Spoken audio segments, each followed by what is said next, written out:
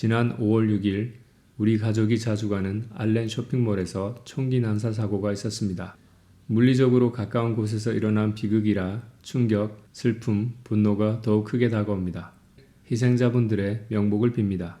5월 10일 현재 미국에선 202건의 총기 난사 사고가 있었습니다. 276명이 사망했고 792명이 부상을 당했습니다. 2020년부터 자살을 제외하고도 매년 2만 명 가까운 사람들이 총기 관련 사고로 사망하고 있습니다. 왜 이렇게 많은 사람들이 총기 사고로 목숨을 잃을까요? 당연한 말이지만 총이 너무 흔하기 때문입니다. 미국에서 총을 구하기 정말 쉽습니다. 230년 전에 제정된 수정헌법 제2조는 무기를 휴대할 권리를 보장합니다. 자본주의라는 돛을 단 무기 제조사들은 이 수정헌법을 등에 업고 총기를 마치 생필품처럼 판매하고 있습니다. 미국의 음주 가능 연령은 21세입니다. 그러나 대부분의 주에서 18세가 되면 소총이나 엽총을 구매할 수 있습니다. 술을 배우기 전에 총 쏘는 법을 배울 수 있는 나라입니다. 자동차를 사기 위해 면허증과 보험 가입이 의무입니다.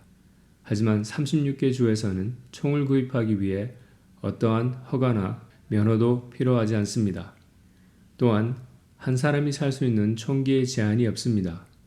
2017년 60명을 죽이고 867명에게 부상을 입힌 라스베가스 총기 난사범은 1년 동안 무려 33정의 무기를 구입했다고 합니다. 개인이 왜 이렇게 많은 총기를 샀는지도 의문이지만 그것을 허용하는 제도 또한 이해하기 힘듭니다. 정가 기록만 없으면 월마트에서 과자를 사다가 글럭까지 한 자루 살 수 있습니다. 개인끼리 총기를 거래할 땐 정가 기록을 조회할 의무조차 없습니다. 절반 정도 주에서는 아무런 허가나 면허 없이 총기를 휴대하고 길거리를 활보할 수 있습니다. 총기가 워낙 흔하고 누구나 소유할 수 있기 때문에 총기 사고가 흔할 수밖에 없습니다. 거기다 점점 쪼그라드는 주머니 사정도 한몫합니다. 소득 불균형이 심각한 지역일수록 총기 사고 위험이 50% 정도 높아진다는 연구도 있습니다. 또한 아무 대책도 내놓지 못하는 정치인들 때문에 총기 사고는 쉽사리 줄어들지 않을 모양새입니다. 아이러니한 건 미국인들 대부분이 총기 규제에 찬성한다는 것입니다. 이처럼 많은 사람들이 참변을 당한 직후 그 비율은 더욱 증가합니다.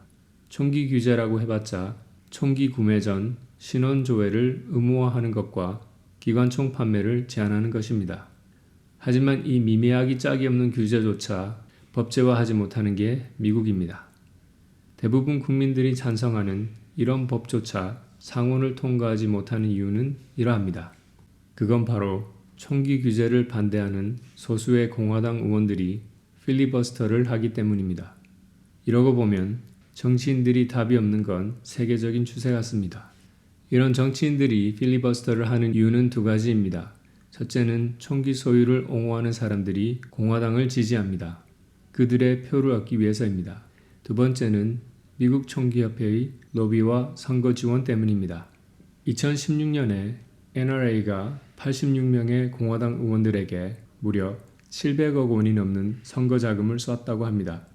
정치인들에게 의리 같은 게 없다 해도 이 정도 받아먹고 딴소리 하기는 힘들 것 같습니다. 저는 텍사스 주지사가 희생자들의 명복을 빌면서도 이번 사건을 한 정신병자의 일탈로 보는 것에 치를 떨었습니다. 그의 발언은 총기와 인종차별 문제를 전혀 고려하지 않았습니다. 총기 판매에 누를 끼치지 않기 위해 시선을 다른 곳으로 돌리려는 노력이 역력했습니다. 희생자들에게 표한 그의 조의에서 티끌만큼의 진정성도 느낄 수 없었던 이유이기도 합니다. 정신병이 총기 난사의 큰 원인일 수 있습니다. 그렇다면 왜 정신병이 존재하는 다른 나라들에서 이 같은 총기 참사는 발생하지 않을까요? 100번 양보해서 정신병이 원인이었다고 쳐도 정신건강 관련 보건부 예산을 삭감해버린 주지사의 행보는 전혀 앞뒤가 맞지 않습니다. 누구의 정신이 혼미한지 궁금하지 않을 수 없습니다. 희생자들 중 한인 일가족이 있었습니다.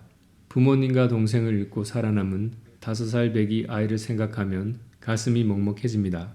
끊임없이 벌어지는 총기 난사 사고 때문에 학교에서는 총격범 대비 훈련을 실시합니다. 그때마다 이 아이에게는 엄청난 고문일 것 같습니다. 자식을 키우는 사람으로서 그저 가슴이 답답합니다. 한국에 있는 친구는 저더러 가족을 보호하기 위해 총을 사라고 권합니다. 그런데 그것보다 이 아이에게 조금이라도 보탬이 되는 게 낫겠다 싶었습니다. 고정 댓글에 이 아이를 돕기 위해 마련된 GoFundMe 링크를 남겨뒀습니다. 여유가 되시면 도움을 주셨으면 합니다. 여러분 건강하세요.